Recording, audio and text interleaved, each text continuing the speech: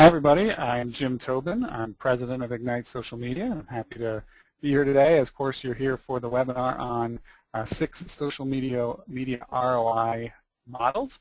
My team's created those over the last year, and we've been working on them since we started the company in 2007. I wrote the book Social Media as a Cocktail Party in 2008, so we've been thinking about this topic here longer than most people. My guest today is Tom Webster. He's the Vice President of Marketing at Edison Research. Tom knows a lot about radio. He knows a lot about research. He knows a lot about podcasting. He knows a lot about social media. I've known Todd, what's your name again? I've known Tom for about 7 years. And if you want to know credibility in research, Tom's company, Edison Research, is the company that does the presidential exit polling. So nobody else does that, regardless of what network you see it on. It comes from Edison Research. So they are well-versed on statistically significant research and what it is and what it is not when other people do it. So Tom, thank you for joining me. Thanks for having me, Jim. And Tom's voice is much more suited for radio than mine. Did you hear that? It was deep. I'm the one on the right, by the way, if you're listening at home.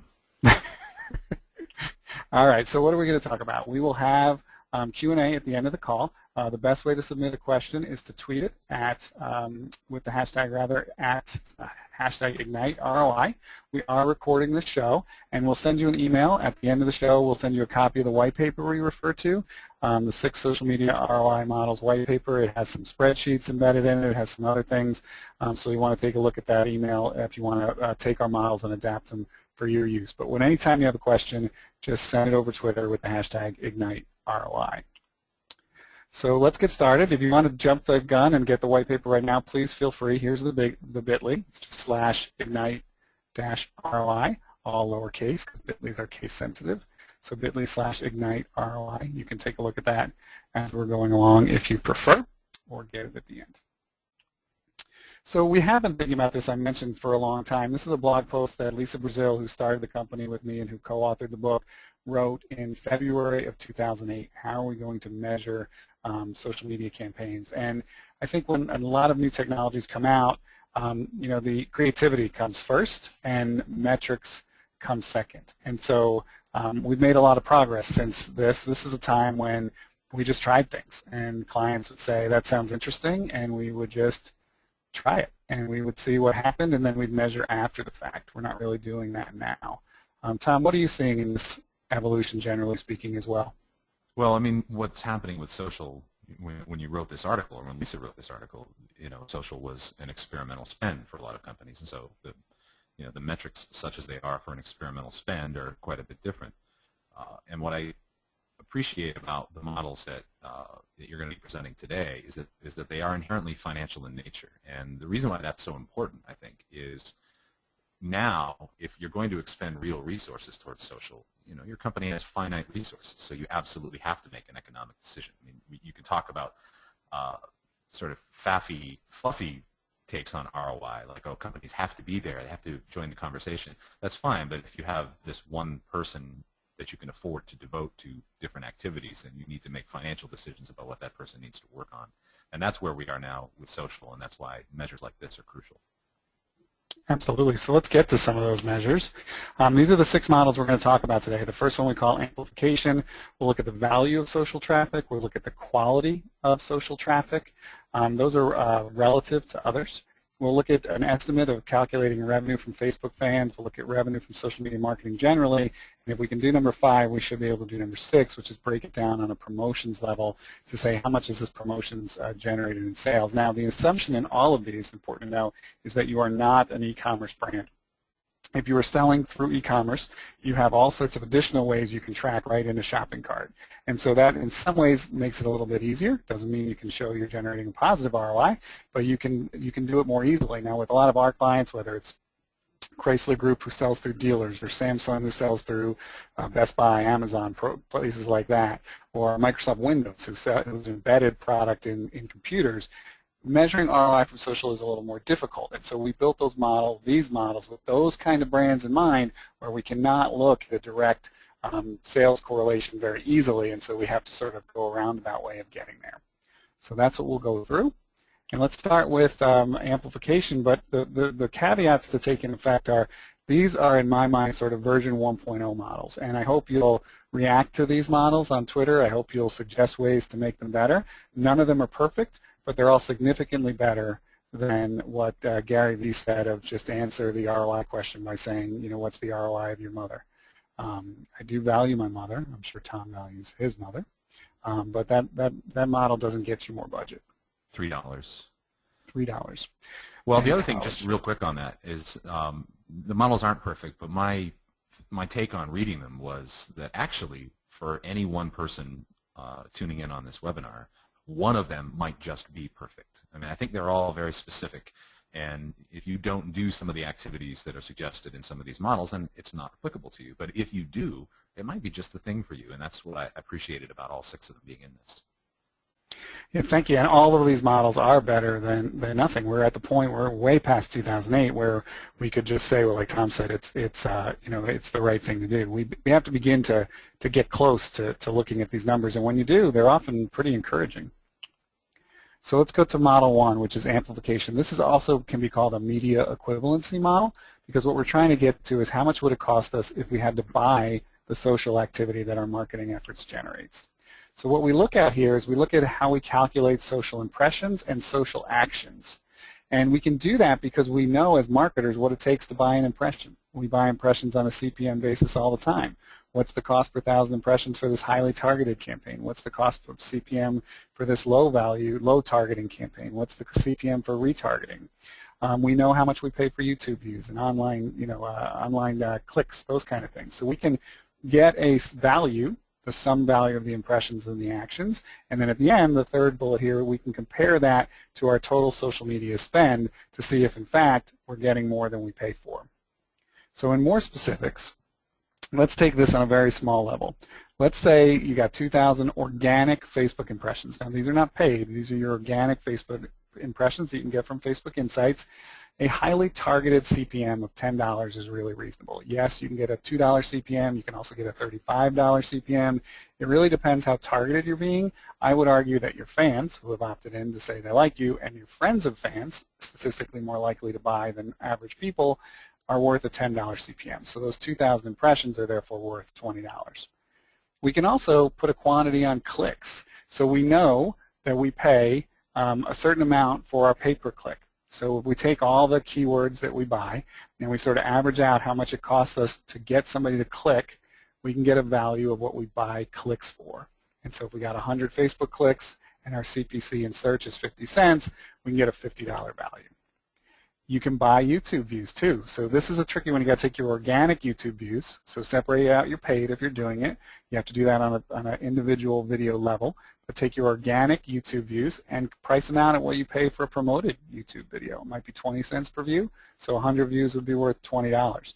So in this case, you've got a $90 ad value that you generated with this modest amount of Facebook activity, Facebook and YouTube. If your social budget was $30, then you'd have your ROI percentage of 300%. So that's the kind of thing we're trying to do, and you can do this because they're available for free. It's somewhat complex, but we do have a spreadsheet. I very much simplified it for this, but we do have a spreadsheet that shows how we did this, and you can plug in, you can delete whatever, doesn't matter to you, and come up with a value to you. And it's based on familiar marketing metrics. So what are you already paying? What are you used to getting for that? And it's relative. This is not actual ROI. We spent $1, we got $1.50. So it's not actual ROI.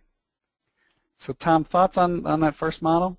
Well, you know, amplification for some people is a fairly nebulous thing. But I think going back to the comment I made at the start of this webinar, if you value an impression, if you are already in the display advertising space, then it's the language you talk. I think that's what makes this model applicable to you if you're already dabbling in that space. And I think that's what's important about it. And the other thing, and you pointed this out earlier, when you're assigning a CPM to social, I think you're being conservative. And I mean, there are ways to get at sort of a more accurate sense of the value of it, but they require a little bit more research. But when you're comparing the CPM of a Facebook impression to the CPM of a display ad, you pointed out, there's a difference between seeing something on a banner and seeing something because a friend shared it. So if anything, social gets short shrift a little in this model, but I think a conservative approach is better than no approach. Yeah, we did look at some processes for multiplying this because it was organic, but I couldn't find anything defensible to put, Yeah. like PR used to do that. Let's give a 3x multiple for our press clippings. I looked into that but couldn't find any research to validate it. So I think this is conservative, and for the clients we've run this on, it is showing a positive return relative to the investment, which is, hey, what if we just stopped all this social and just bought ads and clicks, which is it's a valid question for anyone with a finite budget, and everyone has a finite budget. I'm still waiting for that client with the infinite budget. So let's talk about the value of social traffic versus display. Now, you could potentially do this with other things other than display advertising, but this is a good one because a lot of money goes into display advertising. There was some eMarketer data on that today. I think it was, off the top of my head, 10% of advertising budget is going to social advertising, and I think it was about 50% going to display. So it's significant, but for an actual client, they ran a display ad campaign that generated them 30,000 new visitors. And that was directly from the banner ads. So that's $5 per visitor because they spent $150,000 on it. This is not how display advertising is sold. It's sold, as we mentioned, on a CPM basis. But if you look at it on, if I'm trying to drive traffic, how much traffic did I get from these display ads? Well, I got 30,000 visitors, so it was $5 a piece. Well, that's fairly pricey. But how did social do? Well, fortunately, 3 months after the display campaign, we ran a social campaign, a social promotion designed to drive traffic to the exact same product's website. And what we were able to do with a $130,000 budget is drive 170,000 net new visitors, which means we cost 76 cents per visitor. So when you look at that, we drove 5.5 times more visitors at 86% of the cost, and it's a 6.5 times better return on a cost per visitor basis. So that's another thing in that relative where you're going to put your money question. One of the things about this particular model, I think, that makes it, I think, refreshing and worthwhile, especially in your business, Jim, is the cost per visitor discussion. I mean, I think there are certainly naysayers in social who will, demand that you prove the ROI of social.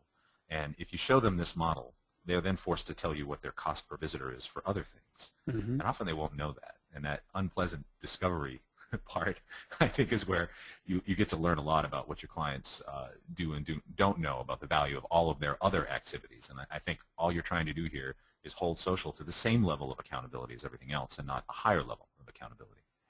That's right, and I ultimately believe that. I mean, social media still has some shine left on the apple, but eventually it's going to be uncool.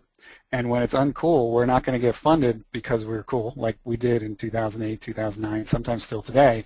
We're going to get funded because we're able to demonstrate that it's a wise thing from a business perspective. So I still get paid because I'm cool. So you do. I'm fine with that. But you're the exception that proves the rule. But my client at the end of this said, well, you know what, I'm going to take more of the budget from display and give it to you, which is, as a social media marketer, what we want them to say.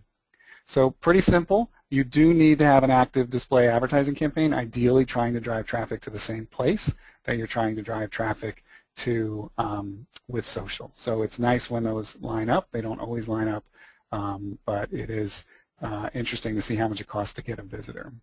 So try to keep everything consistent as you would with any other research that you would do. But the question that naturally comes out of this is, okay, you got 170,000 visitors, but are they, stumble upon visitors? Are the visitors who come in huge numbers and stay for 5 seconds and bounce out and don't have any business value? That is a fair question. And so what we also look at in the third model is the quality of visitors from social media. We've done this a couple ways. One way, which isn't on the slides here, is we measured people coming into the website through our blog for the client.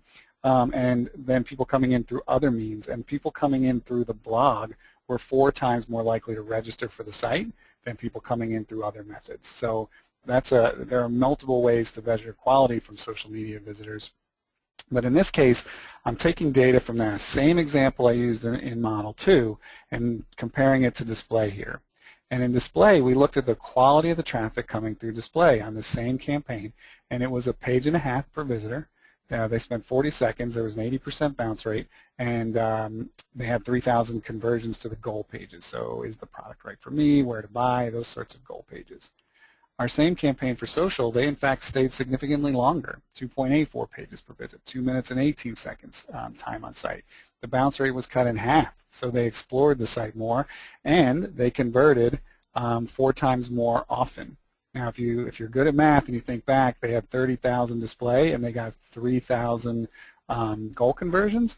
We had 170,000 visitors and got 12,000. So social actually converted at a slightly lower rate, but at the end of the day, for less money, generated 4 times more goal conversions, and by every measure I can think of, better quality.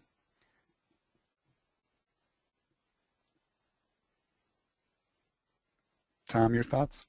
Well, the thing about goal conversions, I mean, there's a couple reasons why you might measure ROI. I mean, the first reason you might measure ROI is to, to justify the expenditure and then maybe to allocate resources better.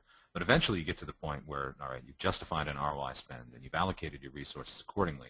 What's the next step here? And the next step is to optimize. I mean, that's why you collect this kind of data in detail. And I think doing a basic measurement like this is step 1. Step 2, though, is to find ways to tweak that conversion rate by looking differentially at the social channels or platforms that had better conversion rates. I mean, did you get better conversion rates from people coming from Pinterest as opposed to StumbleUpon, as you mentioned before? And again, that's the real sort of heightened value of doing these models is to optimize what you're doing and do a better job. And it really does vary very dramatically by client. I've seen for most of our clients, anytime we've had a big StumbleUpon search for a client, it has been very low quality traffic. But for Ignite, as an agency, our StumbleUpon traffic actually performs above average better than general traffic. So it definitely varies per client, and you can certainly optimize. So here we're comparing social traffic against other channels or against average site traffic.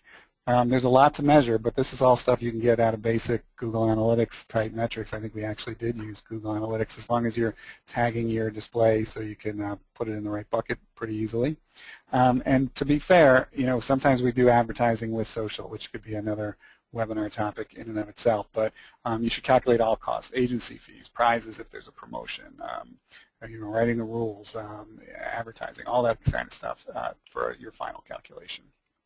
So those are our models where we're looking at the quality of the traffic. Now it's the question of does social make you money? And I think there are enough sort of anecdotal examples out there to suggest it does. For example, one of our clients is Warner Brothers. They have The Notebook, a 9-year-old DVD. All they changed in their marketing was they began running the page at all, basically. They began more aggressively running the Facebook fan page. And their sales of DVDs went through the roof. No advertising spend, no events, no reunion tour, no Blu-ray, nothing changed, but revenue went up. So you can definitely see an impact. But how do you measure that? Well, here's a model that we did, and this is admittedly a little more of a stretch than the other ones. We took some data in this case from Forrester Research, and you can see here that the likelihood, if you look at the middle column, the likelihood of a fan to buy a product, let's take BlackBerry, 69% of fans are likely to consider buying a product. Only 17% of those fans are likely to, or non-fans are likely to buy the product. This is from 2012. I wonder if BlackBerry's numbers are still this good. But they got Alicia Keys now, so probably. Taking this sort of data, we can begin to look at things we've done and make some assumptions. Let's say for this client, and this is actual data that we've twisted around so you can't tell what client it's for, but net new Facebook fans, we added 283,000 in a year. Likelihood to consider purchasing, BlackBerry is the closest brand example from that Forrester Research for this case. And we also looked at some data from a 2011 Chadwick Martin Bailey study that said 16% of fans are more likely to purchase since becoming a fan. So there's a great question of are they fans because they already like us, or are they more likely to buy after they become a fan? This number is the percent more likely to buy after becoming a fan, which is an important number. Then we put in the price of the product. Let's assume for this case it's a $250 product. And how often do you buy it? If it's Coca-Cola, it's $1 and you buy one a day, some people. In this case, we said, let's sort of like a BlackBerry, maybe you buy one every 3 years and it's $250. So you buy a third of a BlackBerry, let's pretend. They're not a client of ours, so it's not them, every year. Well, you can begin to do some math here. You can say, all right, 283,000 net new fans times 0.69, likely to consider purchasing, times 0.16, more likely to buy, times the price of the product, $250, times 1/3 purchase per year. It's about 31,000 new fans who are new customers, and at a $250 price point, times 1/3, it's about $2.5 million from new fans who are new customers. Is that number right? In all likelihood, no. It would take an amazing amount of luck to make it correct, but does it directionally make sense that we have attracted new fans and they're likely impacting our revenue? I think directionally it does. Tom? Well, I'll say two things about this. First of all, I'm happy to announce that I've been named Alicia Key's Director of R&D. That's fantastic. Which I'm really thrilled about. The second thing, though, about this particular model, you're about to get to actually my favorite model of the 6. This model, unmolested, the way it sits right now, is simultaneously my least favorite model, but also the model that has the greatest potential to be one of the best models. Now, the Achilles heel of this model are in the 2 percentages here, the likely to consider, which is drawn from some secondary research, and then the likelihood to purchase since becoming a fan, which this particular number is not directly applicable to your product or your brand. However, if you do the work, and it's very little work actually, it requires a tiny bit of primary research to fill in those 2 percentages, not just for your product category, but actually for your brand, then this is an immensely powerful model. It takes a little bit of work, and it's a great way to combine a little bit of primary research with a little bit of analytics to come up with something that is actually predictive. So if you can figure out, first of all, how likely are people to consider your particular brand or product, and then you can do a little bit of work to find out the likelihood to purchase delta that becoming a fan actually causes. You figure out those 2 percentages, and you've got a proxy for a real predictive metric. Yeah, I mean, you're absolutely right. The tricky one is getting it. But as you said, I mean, you run a research organization, you're VP of marketing for a research organization. It's not that hard to get if you're willing to invest in it. And with brands now investing millions and millions, actually, I think social advertising is supposed to be $5.6 billion next year or something ridiculous. You know, getting some money for research is probably a good idea as well. Well, that 16% figure, just real quick on this, is what I like to call a content marketer stat. It's the kind of stat that makes for good copy. It's the kind of stat that makes for a good retweet. But it's actually, for any one given brand or product, it's a meaningless statistic. Knowing what that statistic is for your, certainly your vertical, if not your brand, is an enormously powerful statistic. Absolutely agree. So as we said, rough estimate. We have done some research with Comscore, and it's actually on our blog. It was, if you go to our site, ignitesocialmedia.com, it's a post we did on Chrysler data that we did with Comscore that shows an increase in buying behaviors, so visiting the website, searching for the product name, pages visited per website, after seeing organic Facebook updates. It's pretty interesting stuff. So there is a growing body of research that does seem to indicate over and over again, I've almost never seen it indicate the opposite, that Facebook exposure, social media exposure does influence purchase behavior. So like Tom said, nailing it down for your brand is the magic. So here's where we are in Tom's favorite model, the revenue from social media marketing. This one is also one that we had to take some assumptions here, but again, these assumptions play into what the marketers talk about anyway.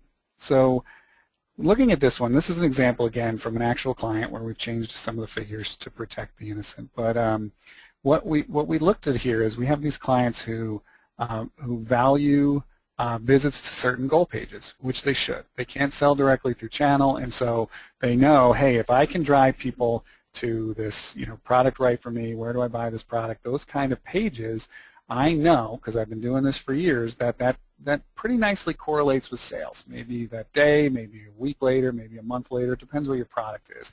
And therefore, as a marketer, my job, as a digital marketer at least, is to get people to these goal pages. I said, okay, fair enough. That's what you value. Let's look at social media's contribution to that. So over a given time period, this one client had 4.8 million visitors to their goal pages. Well, we also know that this one particular client sold 345,000 products during that same time period. Well, simple math tells us then it took almost 14, 13.989 goal pages per sale. Now, I'm not saying that everybody had visited the website before they bought, but if you agree that we're driving goal pages, every 14 goal pages is averaged out to a sale. So now I've got some important data, 14 goal pages per sale.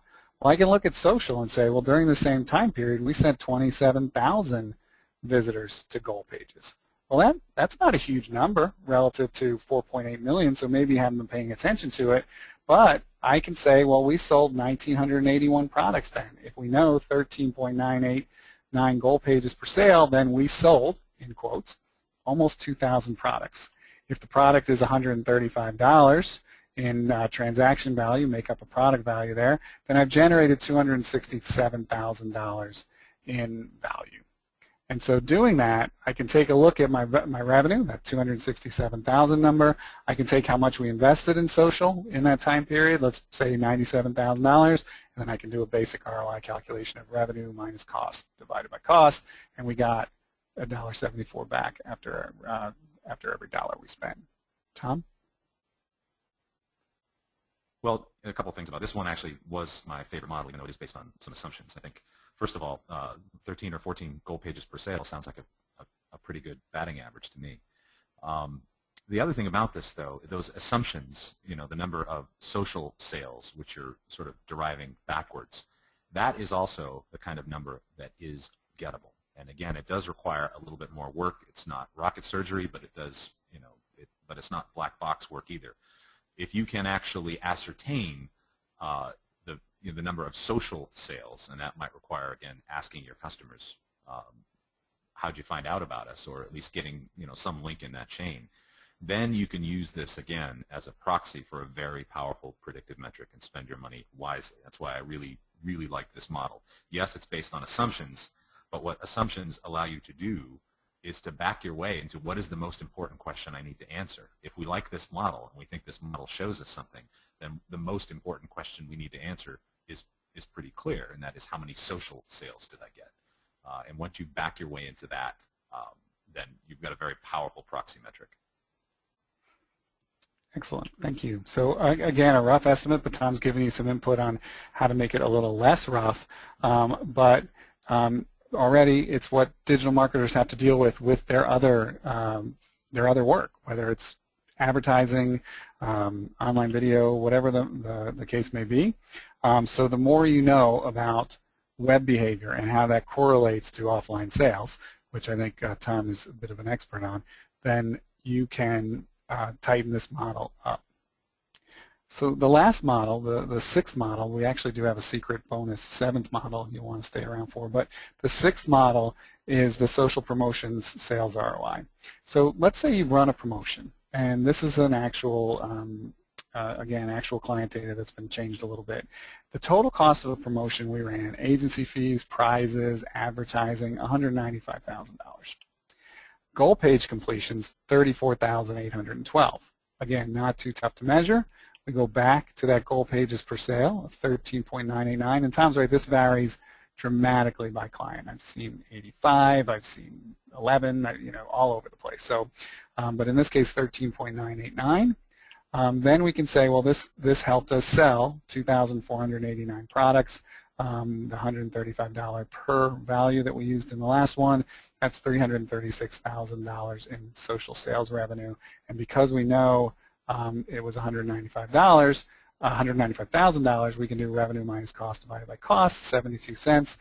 That is not a negative return. It's revenue minus cost over cost, so any positive number is good. Some people just do revenue divided by cost, which isn't technically right, but then if it's over 1.00, it's positive.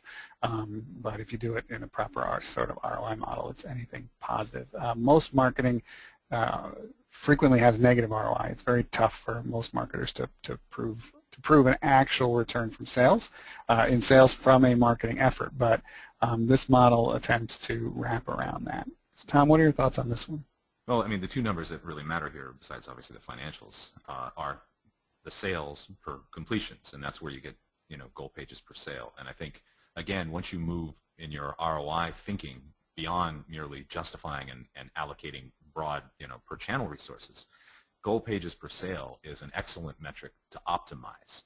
And that gives you something that you can tweak and play with over time. I mean, that's one of those great, again, proxy metrics that if you can reduce goal pages per sale from near, about 14 here to 12 or 11, that's real dollars. I mean, I used to do some work in pharmaceutical marketing, and if you could get someone to refill a prescription from 1.2 times a year to 1.3 times a year, I mean, that made millions of dollars for the pharma companies. And again, that's that kind of optimization metric once you get past the sort of basic ROI projections that is extraordinarily important for the lifeblood of the business.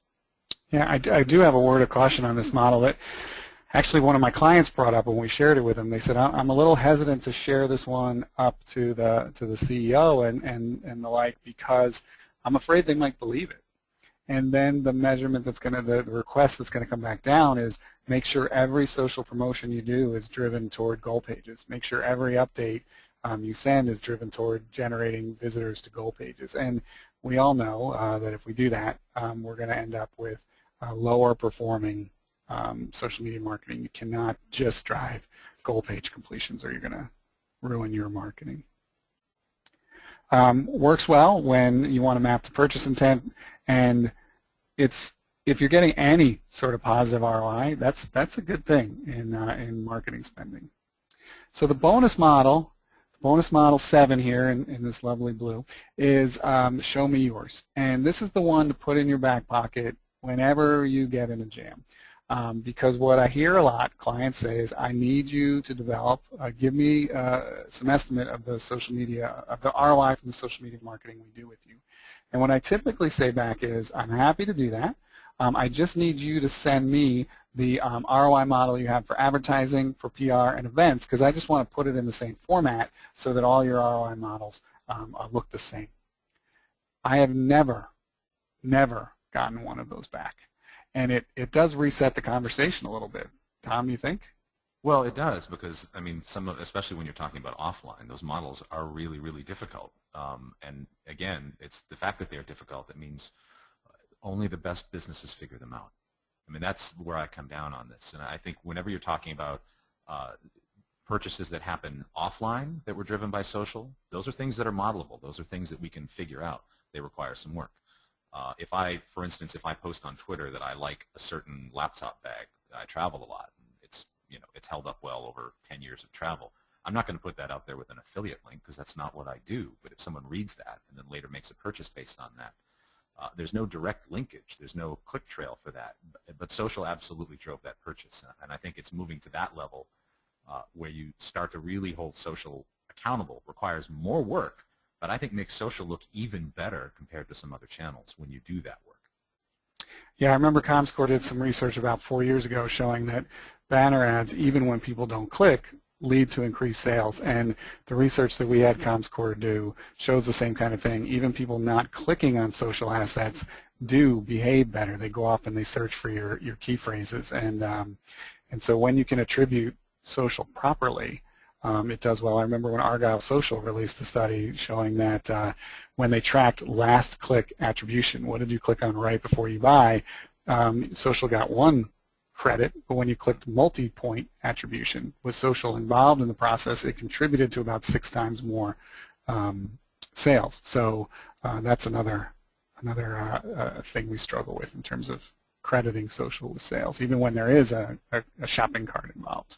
Well, and again, that's because I think some of these measures are not sophisticated enough. I mean, if you just look at, if you just look at attribution measures like that, in the example of the laptop bag, if I tell you about that laptop bag and you do a little research on it, what's likely going to get the credit per se for that sale? Probably Google.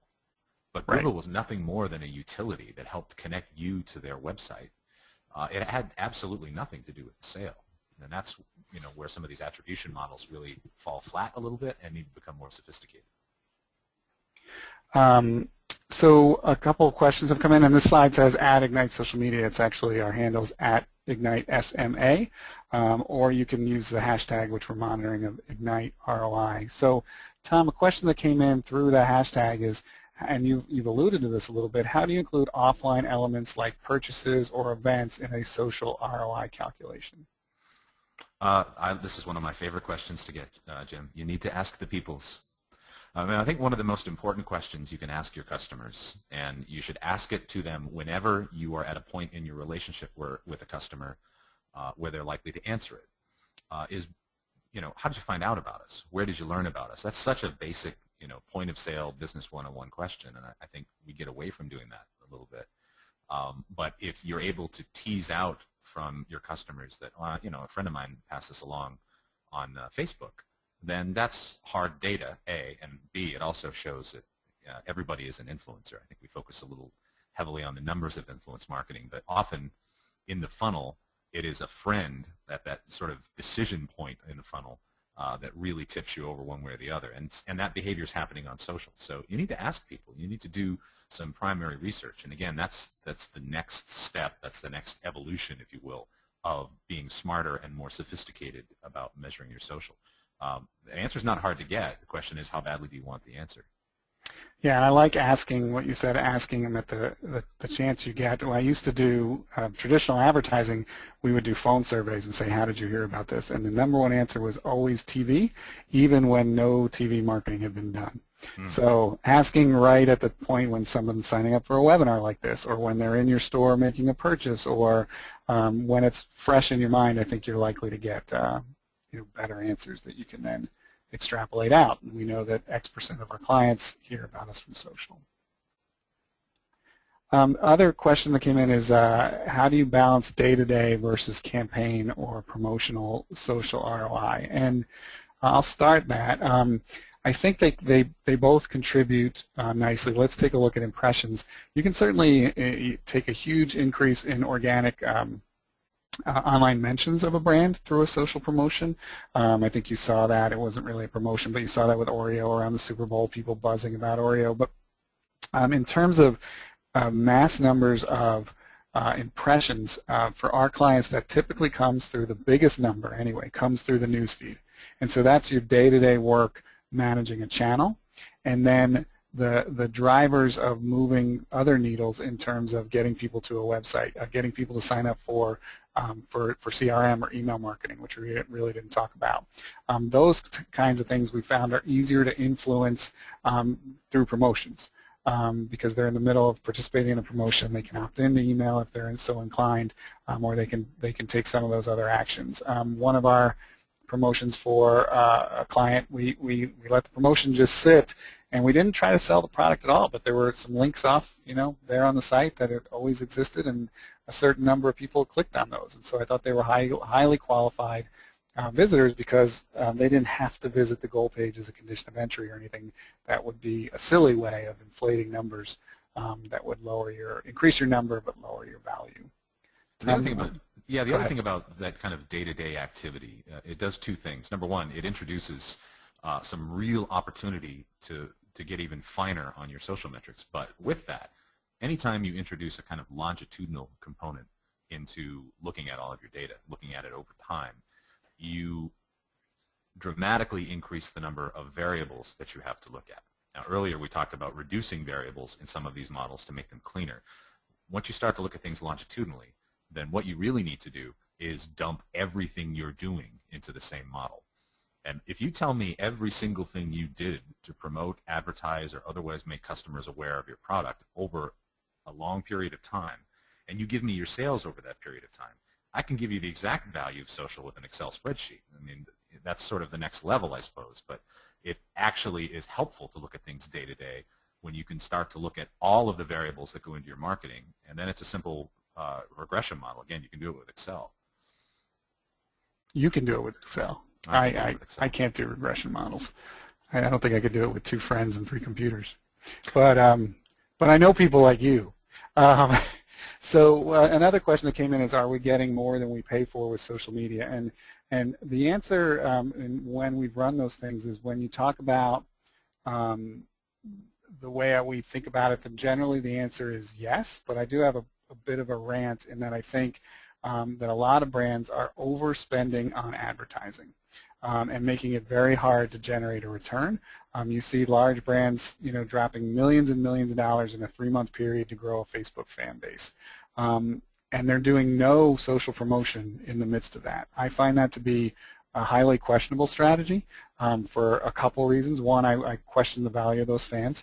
Two, if you're going to drive fans to you, you should try to activate them as soon as they arrive. And obviously only a small percentage will take you up on that, but if you're going to have millions of new fans, getting a couple thousand of them or tens of thousands of them potentially to spread that word through a social promotion can be highly, highly cost effective. When we run ads with a social promotion and tandem, we see a 20 to 40% organic lift from that social promotion. So if you hear brands spending $5 million on a Facebook buy in a quarter, why would you not add 200,000, 100,000, 50,000 to have a social promotion that goes with that? It doesn't make any sense to me to spend the amount we're spending on advertising and pretend that this is a broadcast medium rather than an engagement medium in which we facilitate our fans to be marketers for us. So that's my rant, but I think, yes, you can get more than you pay for with social media,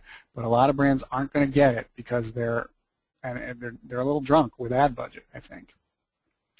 Well, I don't know about a little drunk, but well, I mean, I agree with most of that. I think the one thing I would point out is if you're looking at advertising versus social, I think in some ways that's a bit of a false choice. Social, I think, operates in different areas of the funnel. And it might be that if your expectation is that social is going to spread top-of-mind awareness for you, that maybe your ad dollars are better spent on radio or some other, maybe. And again, you have to figure this out for your brand. Where social may come into play for your brand a little deeper in the purchase continuum for your prospective customers. It might be that you need to make your customers aware of your brand through other means, but then convert them or engage with them or activate them in social, which is sort of a different expenditure. So it's not so much for me traditional advertising versus social, but it's how they work together to hold the customer's hand through the entire customer journey from awareness to purchase to convincing their friends. Yep, totally agree with that. I was referring really to social advertising, so the budget's going to Facebook ads or something versus general display.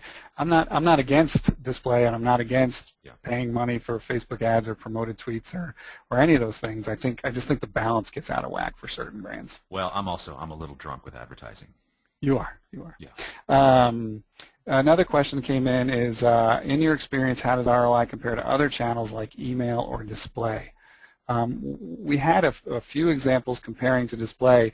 I think one of the things that got people off on the wrong track initially with this was that they thought it would be like email, where email can measure. It's not too tough to do some numbers on email because you have industry standards, which are very difficult to get in social so far, and really email's one thing: how big is the database, how many people open it, how many people click on it, and how many people, once they click on it, do what you want them to do on your site. That is a fairly easy continuum to track. It's not, I'm not saying email marketing is easy because it's not, but it's a fairly easy thing to track. Social is, we categorize it 13 different categories applied in any number of permutations for a number of different business objectives. Means there will never be a model for ROI as for social, a single model as simple as there could be for email marketing. Well, some of the smartest marketers I know are in direct mail. I mean, some of those direct mail people are absolute wizards with numbers and conversion rates and tweaking little things to get 0.01% more usage of things that they're carpet bombing your mailbox with. And we look at direct mail.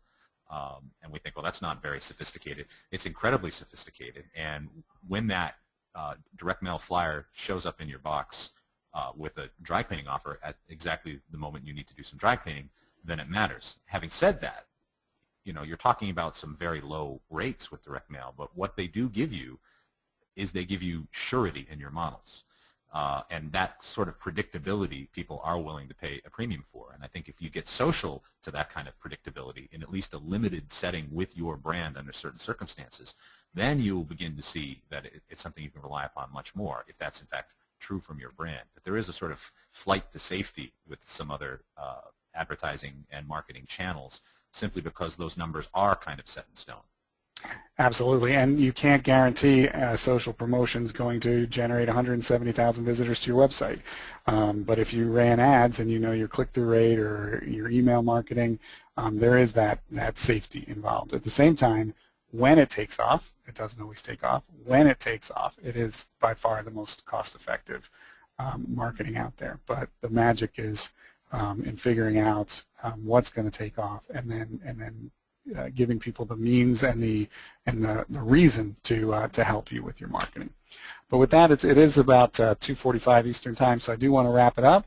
I want to thank everybody for attending. We will send you the slides, the white paper, and the presentation recording if you want to share it with anybody on your team. And Tom, thank you so much for helping us with this webinar. Your insights, as always, were incredibly helpful. Thank you for having me, Jim. Pleasure. We'll be back with another webinar in the next month, so look for that.